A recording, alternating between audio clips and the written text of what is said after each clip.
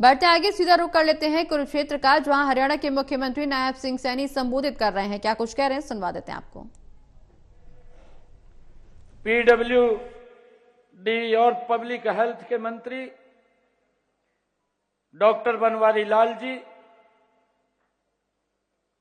हमारे विधायक रामनिवास सुरजाखेड़ा जी, हमारे विधायक दूड़ाराम जी, हमारे विधायक जोगीराम सिहाग जी, हमारे विधायक दीपक मंगला जी, परवीन डागर जी, श्रीमती निर्मल चौधरी जी,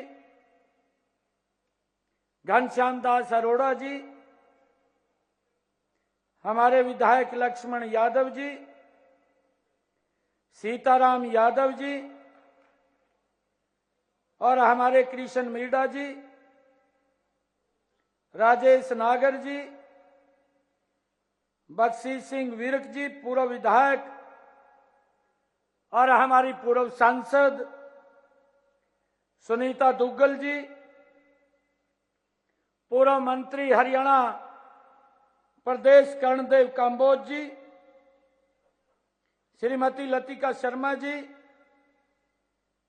हमारे भारतीय जनता पार्टी के प्रदेश के महामंत्री मेरे साथ, क्योंकि ये जिम्मेवारी भी पार्टी के अध्यक्ष के नाते मेरे पास है,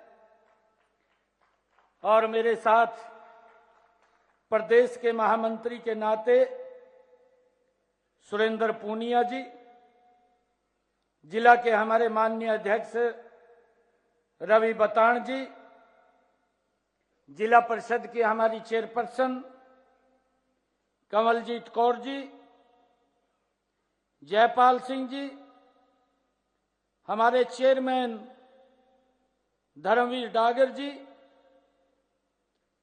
पशुधन विकास बोर्ड के चेयरमैन धर्मवीर मिर्जापुर जी, पंजाबी अकादमी के हमारे एडवाइजर हरपाल चीका जी और हमारे अधिकारी अमित अग्रवाल जी, मंच पर विराजमान हमारे सभी महानुभाव, हरियाणा के कोने कोने से आज यहां पर पधारे सभी सरपंचगण और सभी जितने हमारे सरपंच पतिगण, सभी को राम राम।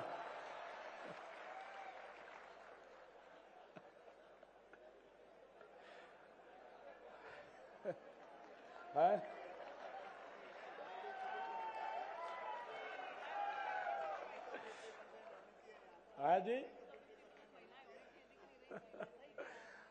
सुनीता जी कह रही है कि 50% हमारी बहनें यहां होनी चाहिए थी।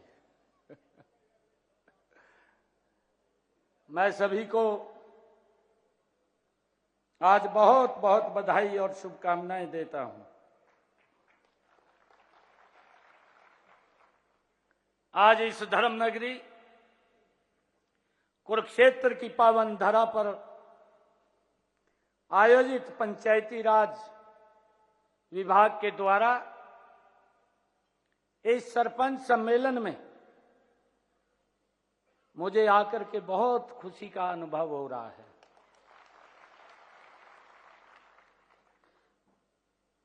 मैं कुरुक्षेत्र की इस ऐतिहासिक धरा पर पूरे हरियाणा प्रदेश के कोने कोने से पहुंचे मेरे सरपंच गण भाइयों का मैं बहुत बहुत स्वागत और धन्यवाद करता हूं।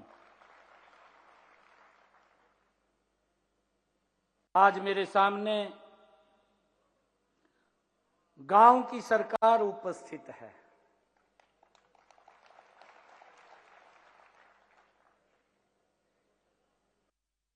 सरपंच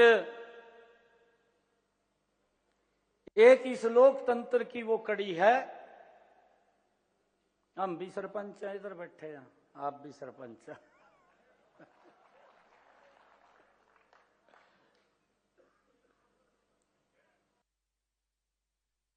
हम सब जनता के प्रति जवाबदेह हैं, जनता के प्रतिनिधि हैं।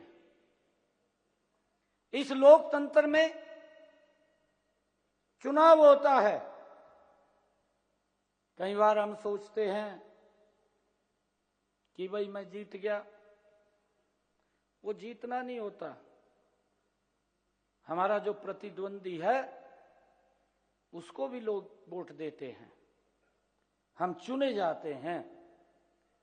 ज्यादा मत हमारे पास आए तो हम चुने गए।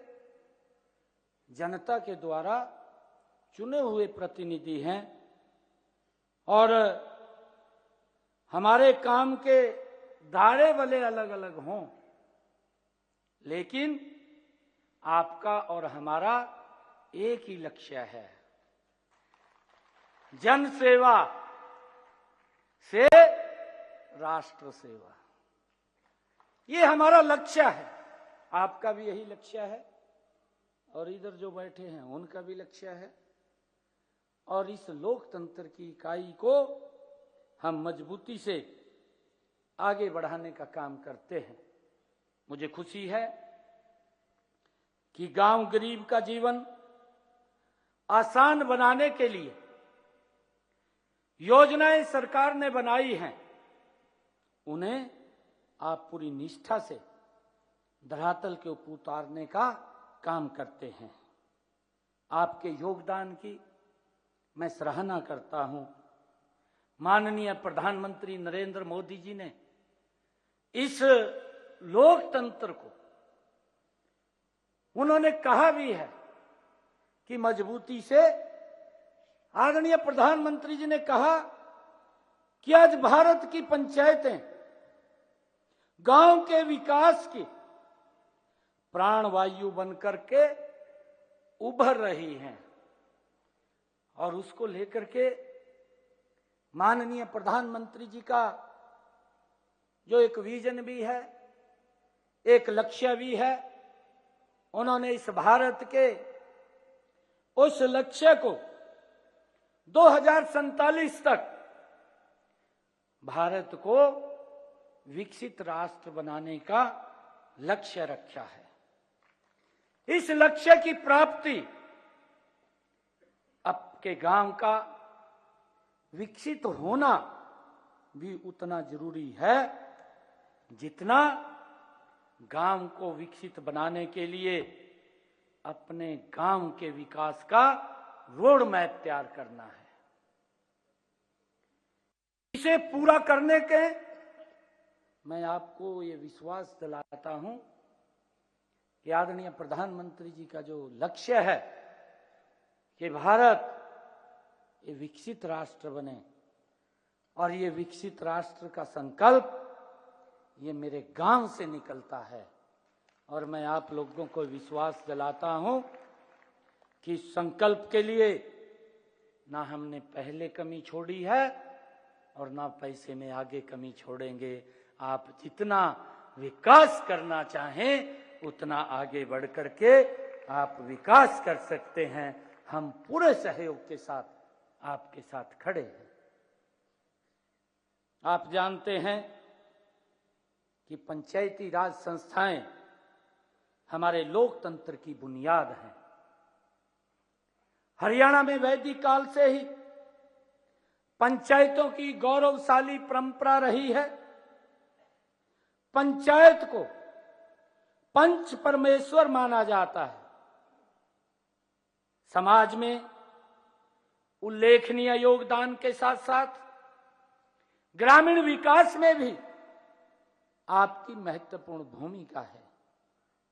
आज आपको यह संकल्प लेना है कि हम अपनी समृद्ध पंचायती परंपरा को आगे बढ़ाने का निरंतर कार्य करते रहेंगे।